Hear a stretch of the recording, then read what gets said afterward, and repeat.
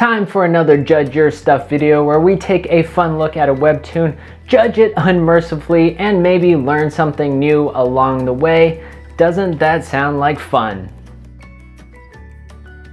Hey, Walter here, doing what I can to make webtoons and comics easier because it shouldn't be overwhelming or daunting to tell your story. I make videos about making comics, so if that's something you're into, make sure you hit subscribe and like this video. Today's creator submitted webtoon is Dandelion's Promise by the art of Joanne Poon. First off, let me just say that the art is beautiful. You can't really fault the execution of the artwork.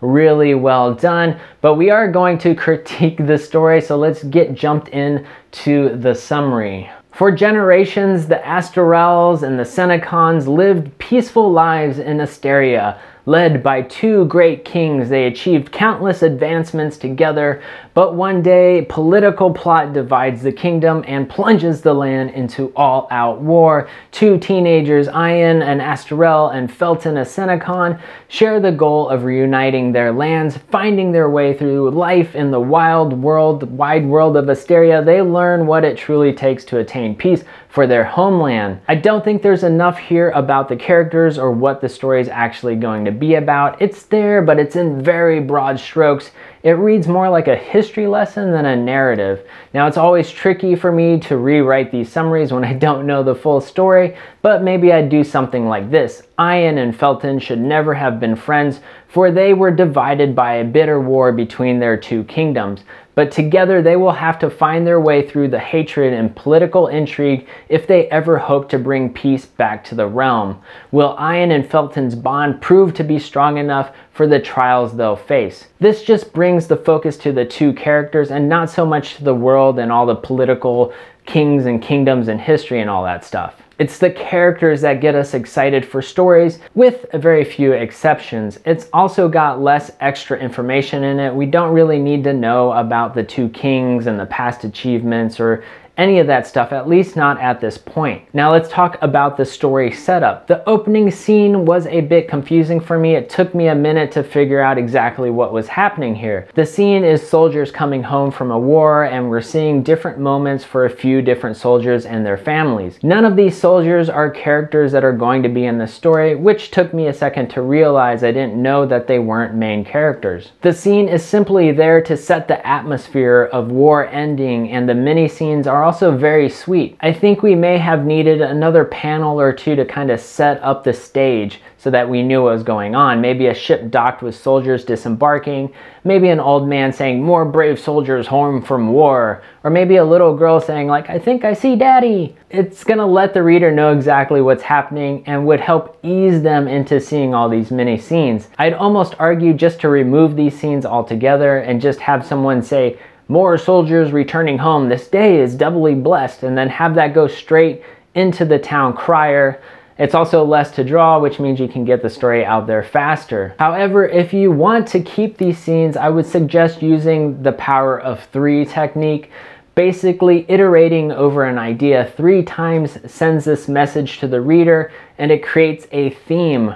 Right now, we're only having 2 moments, a son and a father returning home. There should be a 3rd moment, maybe a brother or maybe a sister perhaps. This sends home a theme of the war is over, a country reunites, families reunite. Another little bit of confusion was this scene where this boy identifies Prince Cornelius, but then everybody else in the scene starts yelling about the king missing and get the king.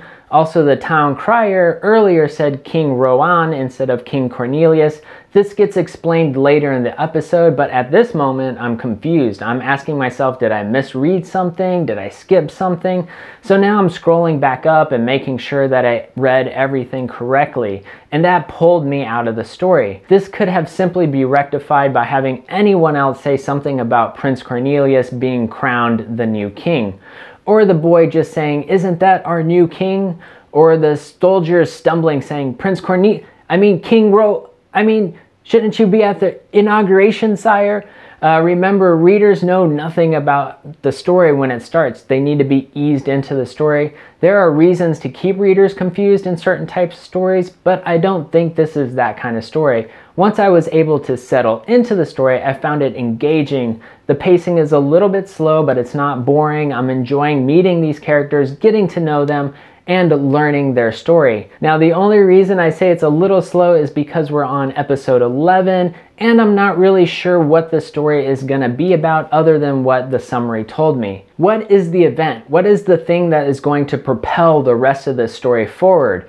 You did start the story in the present and then jump back into the past to show us how we got to the present. When I called this flash forward in one of my vids, everyone told me this is actually called in medias res, which I don't feel bad about mispronouncing because when I looked it up, everyone else pronounced it differently and they all seemed like they really didn't want to say it because they knew they were going to mispronounce it. So let's translate it to make it easier to say. It's in the midst of things or in the middle of things. It's a good technique because you can capture a reader's attention immediately with the pivotal moment in your story.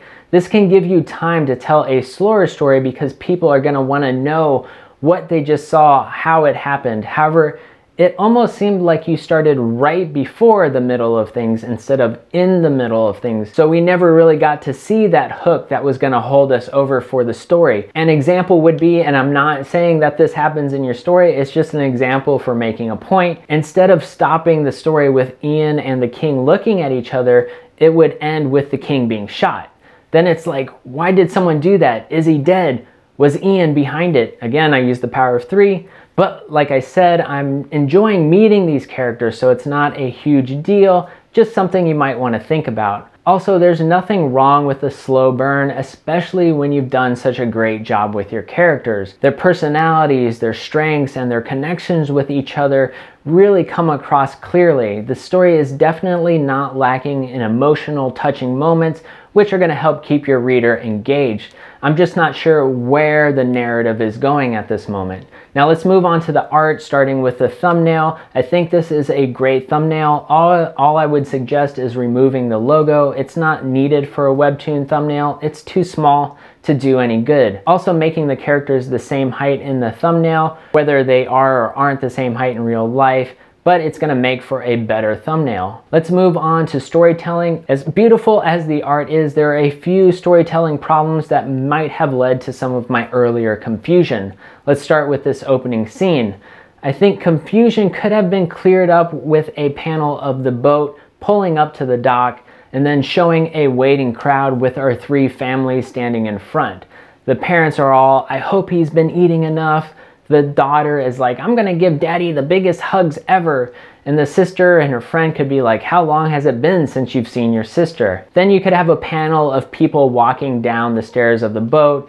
Then panels where the families are reuniting. Mom's all, what, do they not feed you? You're skinny as a stick. And the brother hugs his sister and is all like, it's been so long. And then she's like, it's been too long. The daughter's all like, daddy, daddy, I'm gonna crush you with my hug. Another scene that I thought was a bit tricky was this scene where they are looking for the king. This guy walks up to the door, he knocks, and then we get a flip side of the door. Then we get this guy, and then this guy again, and then we get a shot of an empty room. There are 2 tricky parts with this sequence. The first is that the camera is on a straight line directly on the action. We are directly behind this guy, so when you switch to the other side of the door, it's abrupt, it's a big camera swing. Not the worst offense, but it threw me off just a little. The bigger problem is this panel of the guy knocking. Since your camera up to this point had been directly behind all of the characters, we have no reference for who this guy is. It's supposed to be the guy who's been knocking, but how would we know exactly? This is a take on the 180-degree rule, which I did a very extensive video about, so make sure you check that out. It's super, super important for clear storytelling to follow the 180-degree rule. However, I never tackled this specific scenario, so this one's kind of interesting to me. When I first saw this guy, I thought it was a different guy than the knocking guy. I thought it was somebody in the empty room. Why? Because the panels told me that this should be a different person than the person who's knocking on the door. Now, even though your camera was directly behind the characters in each panel, this panel where the guy's knocking, the camera moves slightly to their left, which means the camera is now on the right side of the person who's knocking. So if the camera were to move in the scene according to the 180-degree rule, the camera would always be on the right side of the knocker. However, this guy, the camera is on their left side, so it has to be a different person. And the 180-degree rule isn't just some weird artsy-fartsy thing. Humans have been trained over time of decades of TV, plays, and comics to understand things in this fashion. Now, there are reasons to break the 180-degree rule, but I don't think this is one of those situations. Just watch the video and it's gonna explain all of that stuff. This sequence could easily be fixed by just flipping this panel and maybe pulling it back so that we can see that he is with the other two people he walked up with and that he's on the right side of the door and he's knocking on the door. There are a few other times where you break the 180-degree rule, so just be on the lookout for that while you're doing your thumbnails. I can't really fault anything else you do with the artwork.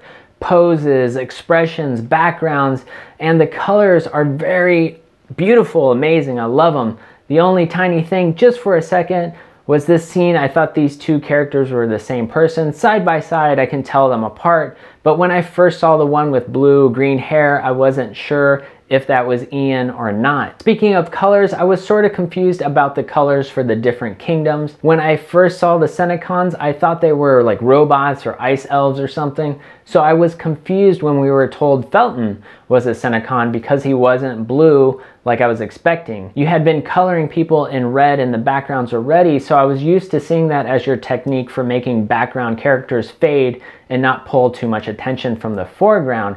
So when I saw a panel with red people and blue people, I assumed the red was the same technique you were using for the background fade and that blue people were actually blue people. I figured it out though, but it took me a second, and that was the second that pulled me out of the story. Now, as for your compositions, you tend to use a lot of straight-on camera shots. Like I mentioned above, these can make it a little tricky because they don't really get the reader situated into the scene. Also, you tend to go in really tight on panels that would be better if you were to pull the camera back a little bit so that we could see the entire action or see the character's placement in the scene. Finally, let's talk about your lettering, which is pretty good. The first episode was a little busy with the placement of lettering, but the more recent episodes look much cleaner.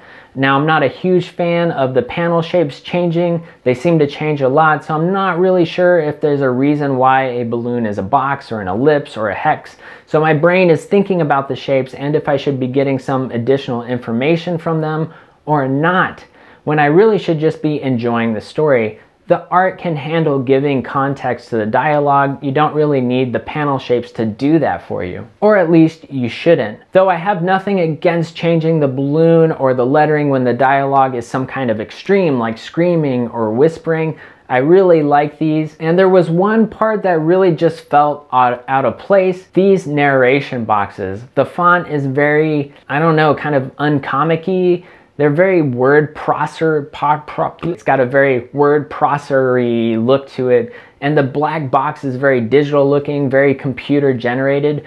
Both of these together really make it clash with your wonderful art, your organic textured art. So I would think about changing that to something that matches your art a little bit more if that's an option. Okay, that's Dandelion's Promise by the art of Joanne Poon. This was a requested critique by the creator of the comic. I do not offer unsolicited critiques because I don't think it's cool for me to force my thoughts on somebody who might not be in a place mentally or physically or whatever to hear them. The link to this comic is in the description. Check the comic out, give it 10 stars, comment, and like because it's the nice thing to do. The creator willingly sacrificed their comic for this critique just so we all could learn something. The least we could do is thank them by checking out their comic. Now, if you want me to review your comic, check out my Patreon page.